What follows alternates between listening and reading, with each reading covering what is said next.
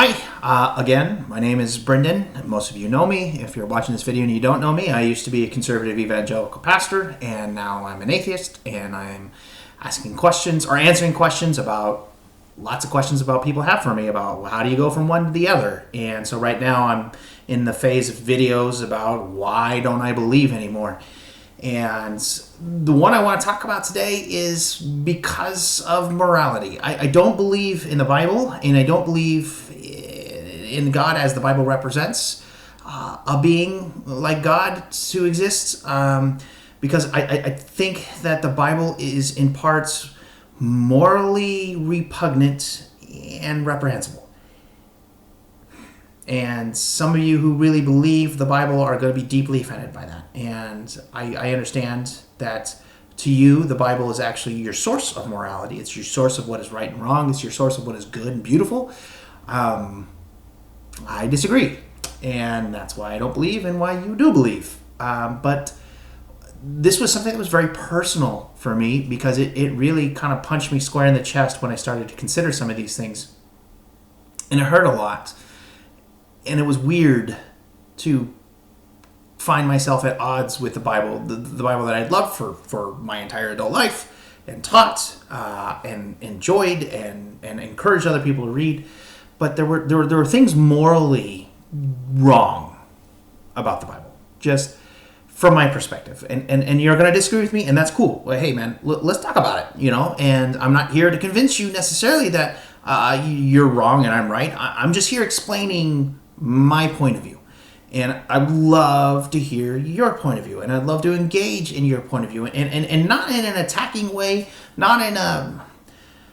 I don't know. I just want to talk. I just want to be open. I just want to be honest. And part of this is because there's people out there that, you agree with me and you've had a rough time in life because you don't believe anymore. And that's hard. And I just want you to know that you're not the only person out there doing that. And then a lot of you who are Christians and are going to stay Christians long after you see these videos, you got to understand that there's people like me, that people that think like me, who are just real people with real emotions, really trying to really live life, and that really used to believe and really still kind of want to believe, but that they just can't. So morally speaking, there is something deeply wrong with parts of the Bible. And I remember when I told another pastor friend of mine that I had become an atheist, the funny thing was the first words out of his mouth were, "What's the matter? You've been reading too much of the Old Testament lately?" And, And, here in America, and in Washington State in particular, we've had this big shift in who's allowed to be married and who's not. And at the time, I definitely stood on the conservative side of the issue, the biblical side of the issue, which was that marriage was between one man and one woman. And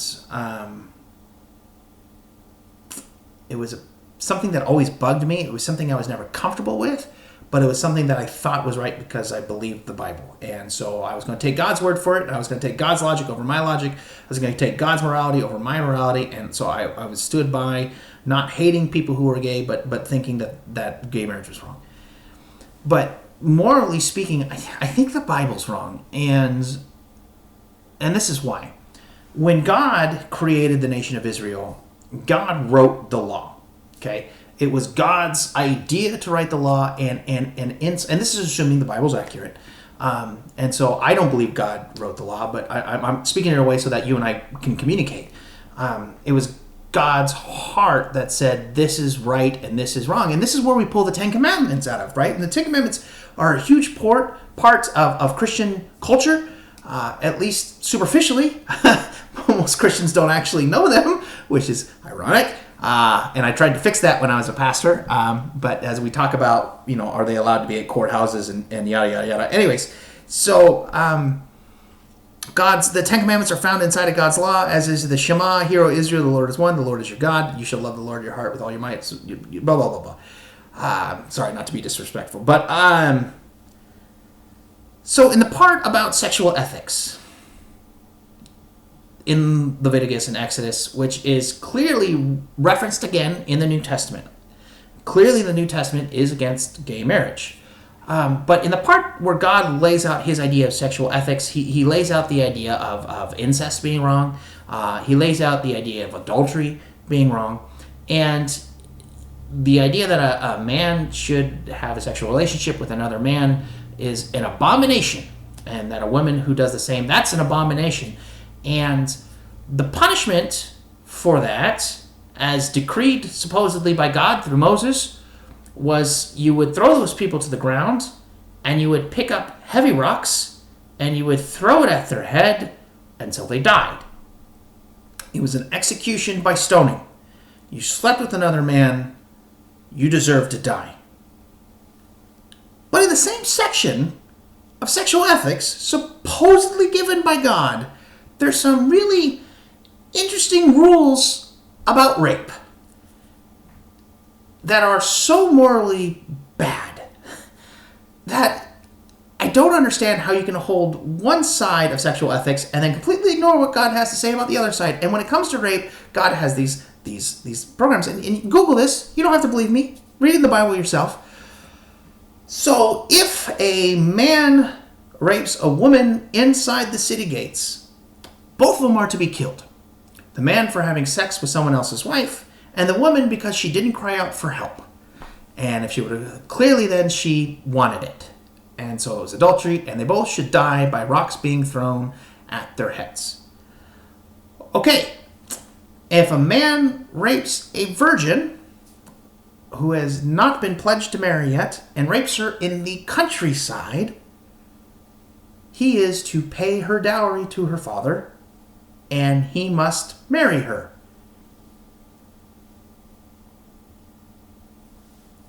So, rape a woman in the city limits, and no one hears her scream, she dies.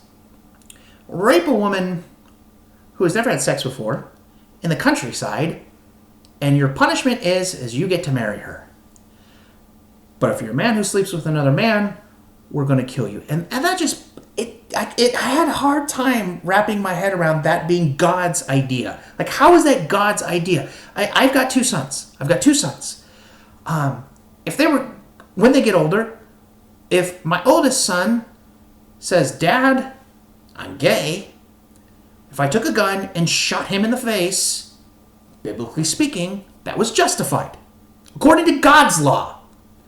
But if my younger son says, Dad, there was a 14-year-old girl walking home from school, and I raped her, but she's not pledged to be married, so now you need to throw me a wedding, that's just wrong. Like, why is it worse for one of my sons to be attracted to another man than it is for the other son to rape a virgin? Like, that's not justice. That's not morality. And maybe some of you can explain this to me. And I've heard the thing was like, well, the rape has more to do with the fact that now no man would want her, and so this was a way to make sure that she was taken care of for the rest of her life. Baloney. And I'm going to say baloney because it's God. God had the ability to say, and the rapist should be murdered and his entire inheritance be given to the woman who has been raped. Or God had the right to say this is wrong and she should still be deemed clean in the eyes of the Lord. God had the ability, he's God, he had the ability to do any other law than that. And it's just, I cannot see God as a source of morality if that's who God is. I cannot see the Bible as a source of morality if this is what the standard for the law is. If this is what the standard for right and wrong is. In the same breath as the Ten Commandments, in the same breath that incest is wrong, the same breath is rape a virgin, you marry her, love somebody of the same sex as you, we're going to throw rocks at your head until you die. And nowhere in the Bible is that repealed. Nowhere in the Bible is that contradicted.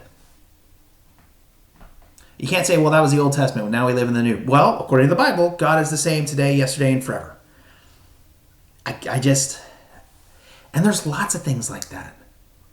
I mean, if you look at the conquest of the Promised Land by Joshua and Caleb and the Israelites, it looks a whole lot more like ISIS than it does America. It looks a whole lot more like ISIS. You read Nehemiah and Ezra. it it's a strict religious law where if you pick up firewood on the Sabbath, you are executed. I just don't. You have God commanding the Israelites to commit genocide.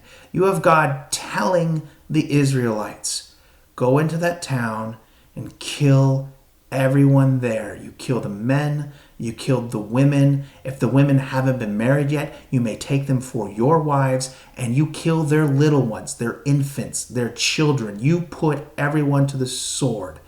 That looks a whole lot more like ISIS than it does with anything that resembles grace, compassion, and mercy. And supposedly that was God's idea.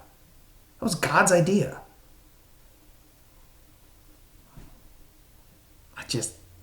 It doesn't add up. It doesn't make sense to me. And maybe you have a way of seeing it. You're welcome to share that with me. I would love to hear it.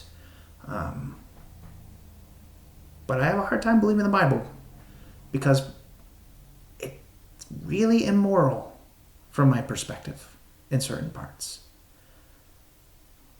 So that's one of the reasons why I don't believe. Hope you still want to talk to me. And we can hang out. We talk about things that have nothing to do with the Bible or faith or God. Talk about kids, or some of you guys go to mission trips and stuff like that to different countries and try to do your best to help people. That's awesome. I'd love to hear about that. But I'm sorry that I don't believe. And I'm sorry that I have a hard time seeing that as the Bible as any source of morality. I'm sorry I have a hard time seeing your God as being good or loving or gracious or compassionate. Because I just don't. I just disagree. And I think that if you thought about it, you would disagree too, maybe. Not that I want you to. I hope you don't hear God tell you to kill me and my sons and take my wife as your wife. But yeah. Anyways, this video is too long. I'll talk to you later.